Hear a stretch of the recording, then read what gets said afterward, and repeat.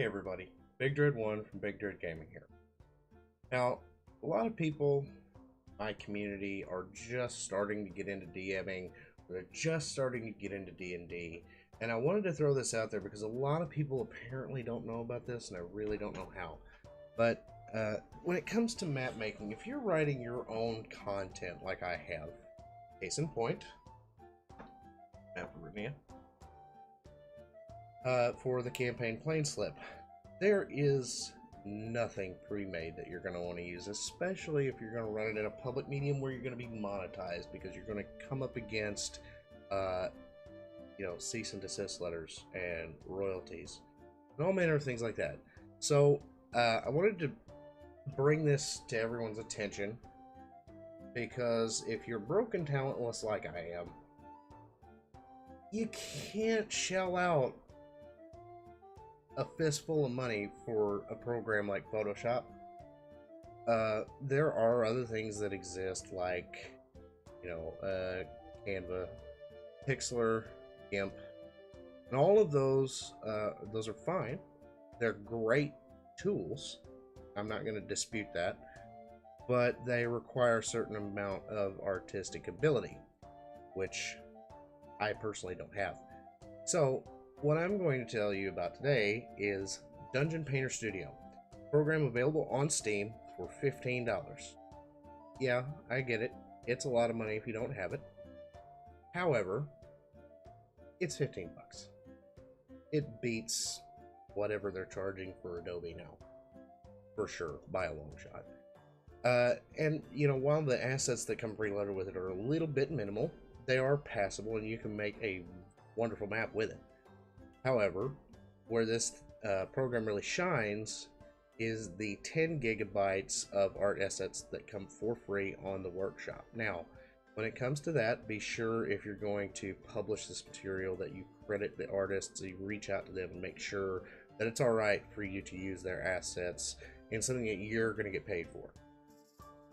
Don't go tell their lawyer, Big Dread said it was okay, because it's really not.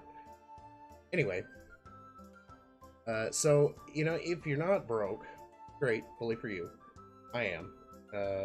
But if you're not, then that frees up more money to go spend on the shiny math rocks that rattle and clack and make the enemies die.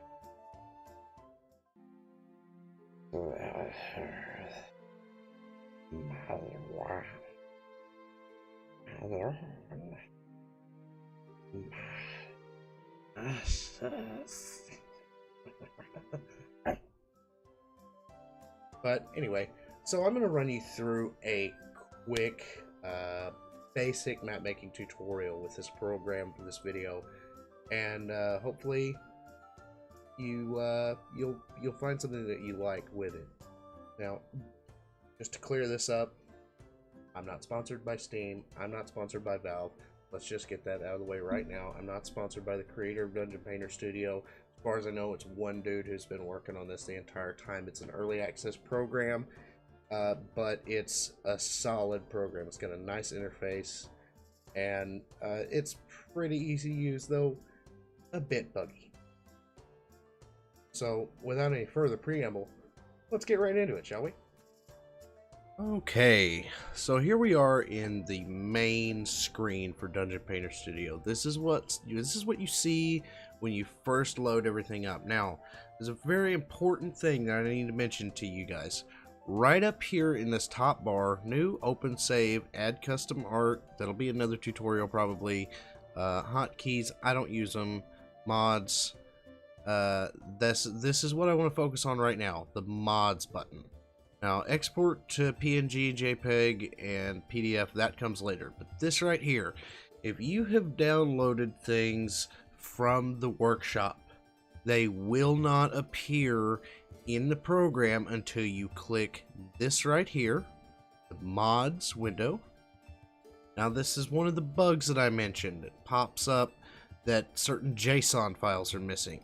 And I've had this program for a long time. I've used it for 230 hours or so. So all you have to do is just click through that. I haven't found a fix for this yet.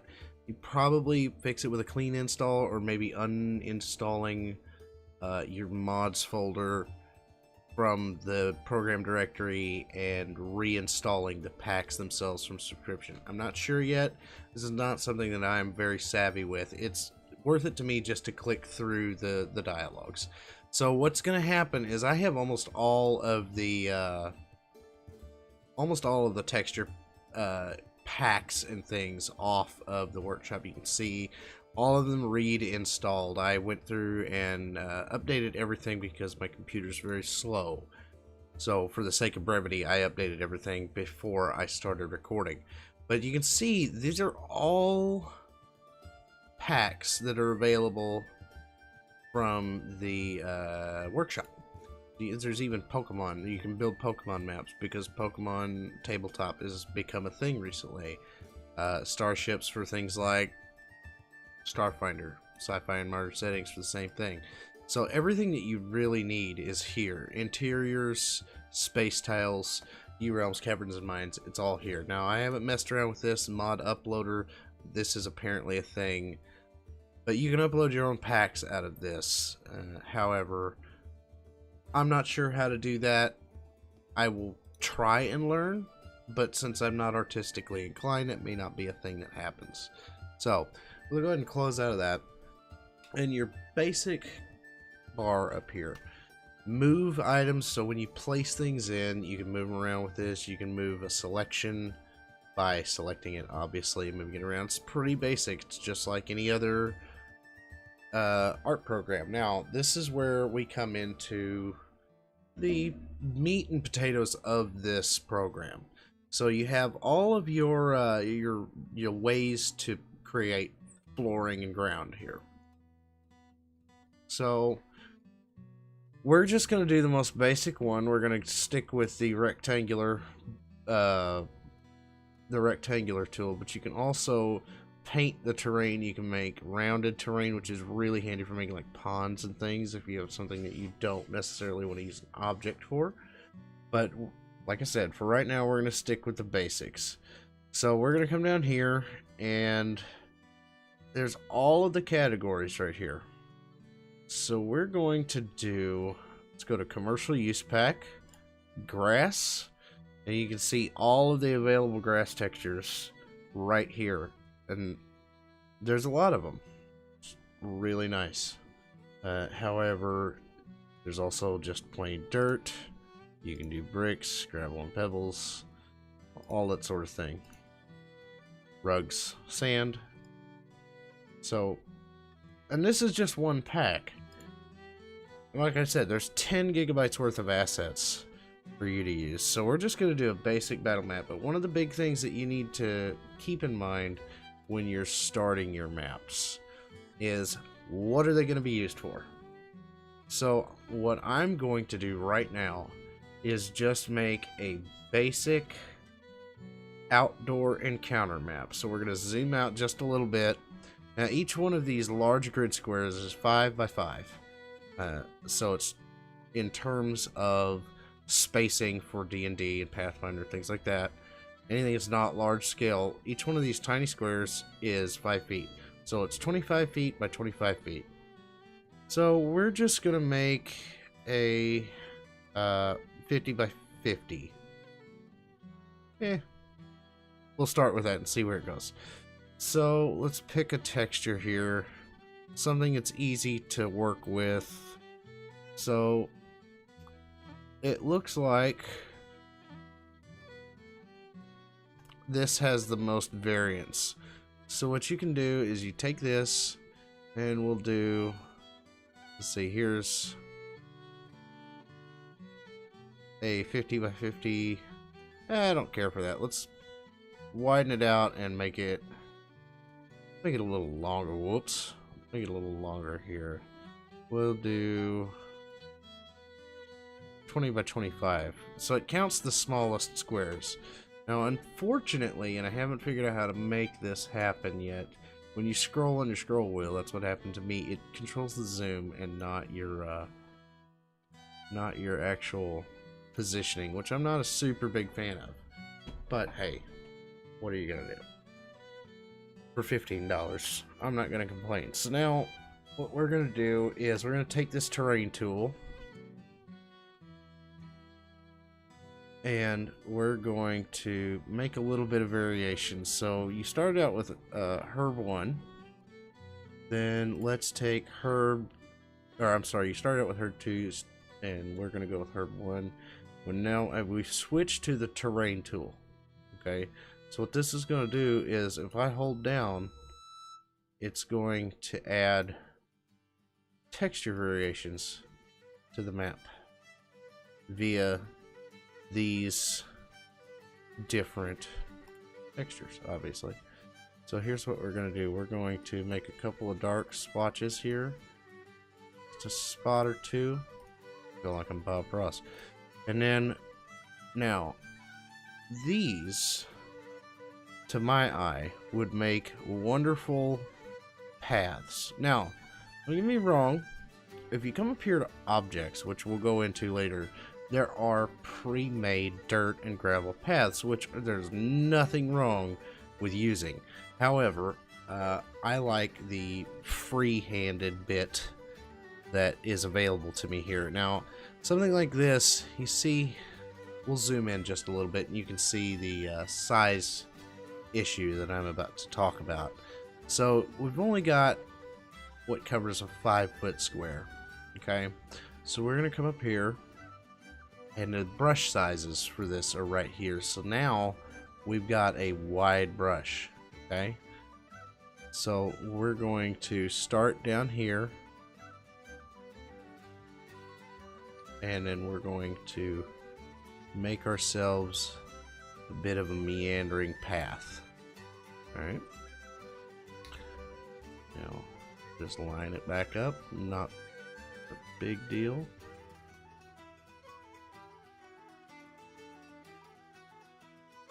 Now, our path is going to go off the map just a little bit. Not the end of the world. So now we have this nice contoured looking area. It looks like there's a little bit of variation in the terrain height. That's really nice. So now what I'm going to do is I'm going to come up here to objects. Alright, now we're still in the commercial use pack.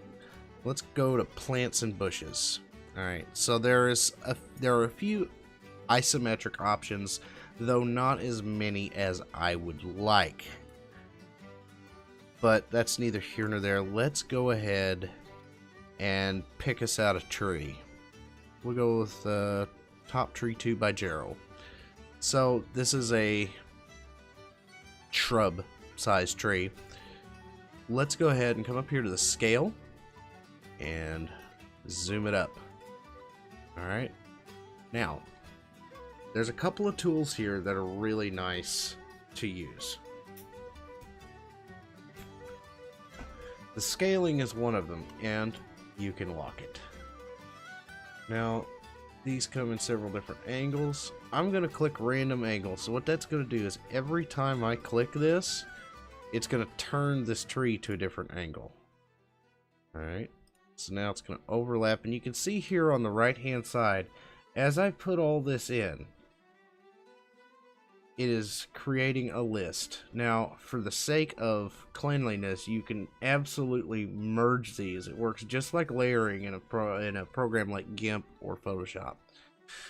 But see, I can take this, and this right here is my terrain. So I click here, and then I shift click here to select all of these. So I click once here, left click, and then shift left click the bottom one, select all of them. So now I'm going to click group. Boom. The bottom layer is there, and it's guaranteed to stay on the bottom. And if it doesn't, you can move it. Not a problem. As a matter of fact, you can come down here and click bottom, and it will take it all underneath all of your objects. So now we've got trees coming in. Let's dot a couple more of these around here, and then let's switch it up. Let's go to tree top 3. Now notice random angle didn't change, the scaling didn't change, it's all the same still. So we're gonna click a couple of these in.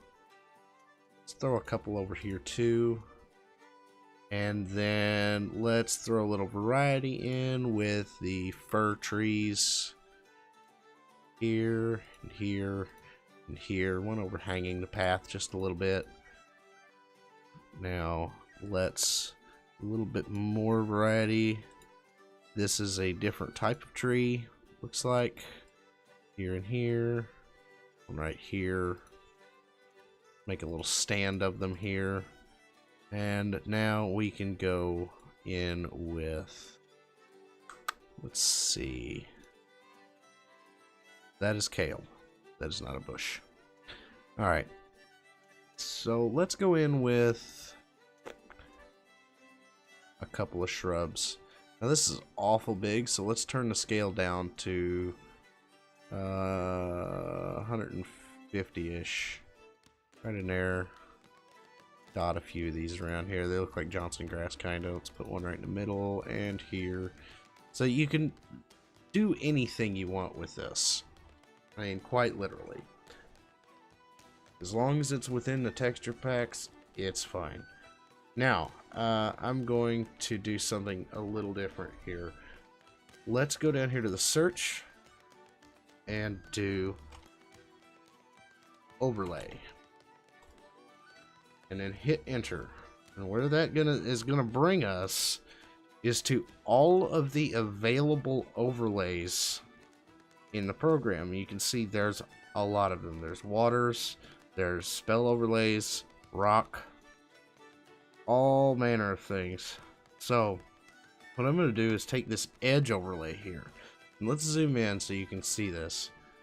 Maybe I may not use the edge overlay.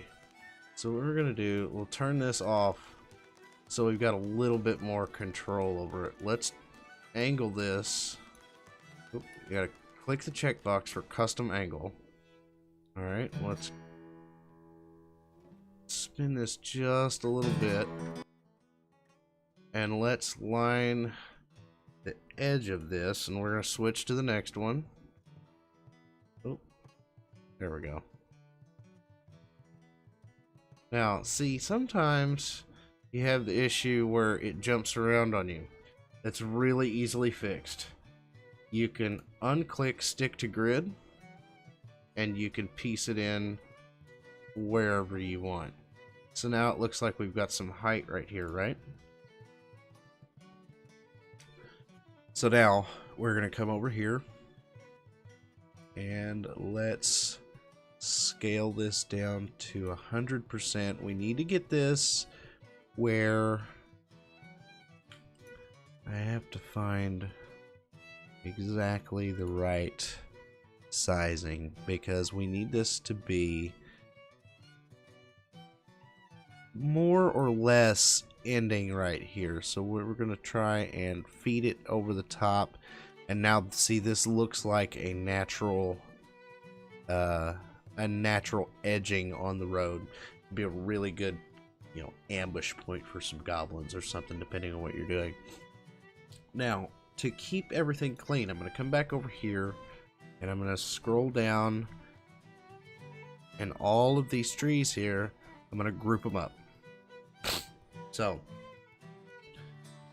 and what I'm going to do with this is I'm going to click top, and that should keep this on top and this on bottom. And I'll show you why. The reason I'm going to do this, I'm going to come right over here to this. This is gives the impression of a hill. So if you can scale this up however you want. Now I'm going to scale this up just a little bit more so that it looks like the hill. Let's undo the custom angle and put it back at 0 degrees by default. So the hill right here is going to go in just like this. Now see, sometimes it doesn't quite work, so you can just take this and drag it down, and that keeps everything where it's supposed to be. So now it looks like this is a little hill hawk at the road cut into the middle of it. Okay, so now let's switch this to 180 degrees. Doesn't really fit. Not the end of the world. So let's come over here instead. Now, the opacity on this overlay is at 100%. Let's turn this back to 0 degrees. And let's drop that in right there. You see it went in underneath the trees and over the top of the ground. So between the shadowed overlays, let's take another one in. Put it right here. Yeah. So between the shadowed overlays and the initial brushwork that you do with the terrain tool, you have a nice map with a little bit of height variation, and it works quite nicely. So, what else can we add to this? Well, you can come back over here, all in the overlays. You never have to leave this search bar. Come back over here with your dirt overlay. And you can take this, it's a little strong, so let's turn the opacity down. 50%. Still a little strong. Come down to 25 or so. Still strong. 10. Yeah, we're getting there. Down to 5%. And then we're just going to take this and lay it right on top of the road so it looks like there's a little bit of a patch there. Pick another one. Let's turn it 90 degrees. Turn the opacity back down around 5%. Oh, wait a second. I derped out pretty hard there. Well, it's a good thing to show another feature. Let's just click undo. And boom, that last one is gone. So let's go back to, well, I don't remember which one we used, but one's good as another. So this is fine. So now let's turn this down to 50% opacity because apparently you have to click it in. Learn something new every day. Of course, this updated recently. There we go. 50% opacity is good. Alright, let's take this back to a 90-degree angle. That's right on top. So let's turn the opacity down 50%.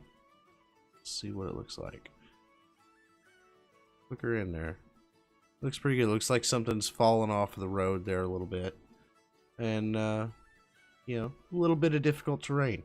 Something that the enemies and your players will have to move through. Now, something else that I want to show here. Let's click back to this layer here and go to Effects. And let's apply some long shadows. Not bad. But I don't quite like it.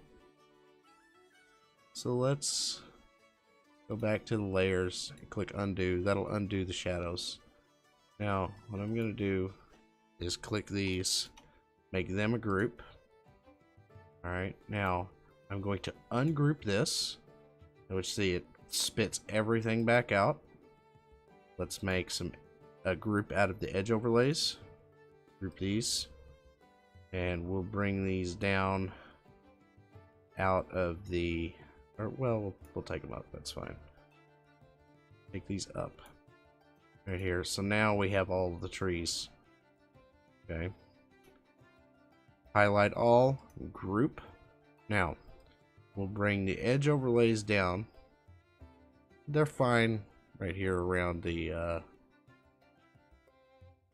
hill overlays because the hill overlays underneath and then the edge shows the drop off. So while we've got this, let's put a short shadow on this. And we're going to edit. Let's see, can we change the angle? Here just a little bit. I want to change an angle to 180 degrees out. So that will have the shadow on this side as opposed to this side. Oh, interesting. It took away that. We'll have to put that back in a minute. So we're going to stretch this out just a little bit more. You see it getting longer on the road there. Let's go ahead and stretch it out as far as it'll go. And we'll hit apply. Now, go back to layers, treetop objects, and then effects, close, long shadow. And it's as simple as that. So now, back to layers, we'll take this, set the opacity down. Oops. That's not what I meant to do. Now, we'll take this, we'll go back into this, we'll click right here. Entirely certain. Yeah. So we're going to click right here. Apparently it's easier to edit this after you drop that in. So let's turn the opacity down. Alright, and now we're going to select this, which is the hill overlay, which apparently moves it all. It's not a big deal. We'll just do what we did before. We'll ungroup it. And I want the dirt overlay only. Let's turn the opacity down. Right there. So we got a little bit of texture in the road. And then it's as simple as grouping it all back up. Now you apply those shadow filters to the individual objects if you like, or you can apply them to the group. So when we take a step back from this, this is what we have. It's a nice path through the woods. So now I feel like this is a ready and usable map. Other people may want to add some more detailing to it. This is literally just a random encounter map. So what I'm going to do, since I'm done with it, I'm going to come up here to export to PNG and JPEG. Okay? So you have all of these selections for the basics. Roll20, Fantasy Grounds, D20 Pro, Battlegrounds, UROMs, and then there's a maximum setting. Maximum is exactly what it sounds like. It is the highest pixel density, and it is the largest size that it can manage. It's great for super detailed maps. Not required by any stretch of the imagination. So what I always do, because Roll20 is what I use, and it has a built-in grid, I take off the coordinates, I take off the grid, I leave the transparent background, and then if I've bled over on my sizing any, I just take the little selector here and move it up. Now this sets the image up by pixels and by units. You can see it's 25 by 25. So then we're going to go ahead and hit JPEGs, smaller file size usually. It'll rasterize and it'll render, and then it will spit out your map. You give it just a minute. Now it's a good thing to remember that the bigger your map is, the longer this process is going to take, because then it has to divide it into regions and rasterize each individual region. I've had maps with up to 6 regions that I've created with this, and it's a good thing to bear in mind that browser programs like Roll20 will not accept maps that large, but that is as simple as the program can be. And that wraps up the Dungeon Painter Studio tutorial for the basics, anyway. The whole thing, 25-30 minutes, is all done in real time. So, you know, you were with me for every step of the way, including my derp outs. But you know, I think it looks pretty good. I like it. Matter of fact, it's probably going to get used. But, in the meantime, if you guys have any questions about the program, anything I can help you learn, or anything I can do to help you grow, I love to teach and I love to help people. And as such, I'll be putting a link to the Discord down below. Jump in there. I will answer any questions that you have to the best of my ability. And if I can't answer them, I'm absolutely certain one of my community members can, because they're all smarter than me. But I'm the only one who uses this program. So there's that. But if you're interested in streaming, I stream usually on Saturdays, Mondays, Wednesdays, which Wednesday is a weekly D&D show of the campaign that I've written myself, which I mentioned earlier, Planeslip, Echoes of Creation. The updates that side are at planeslip_EOC on Twitter. General streaming is at BigDread1 on Twitter. The Twitch channel, where you can find us every Wednesday, is twitch.tv/BigDread1. I also upload the campaigns. If you miss them during the week, I upload them here to the YouTube channel. So they're easy to find. You can also find us on SoundCloud and Stitcher. Yeah, I think it's Stitcher. I'm not sure. I've expanded recently. Hard to keep track of. But anyway, I hope to do more tutorials like this. If you like this content, please hit the like button, hit the subscribe button. Let me know, and I will keep doing more of these tutorials. I can show you how to do buildings and, height map terrain, and I'll even make a fool of myself trying to make an isometric map if you guys want to see that. So I'm gonna head out for now, but in the meantime, keep playing what you love, and we'll see you again.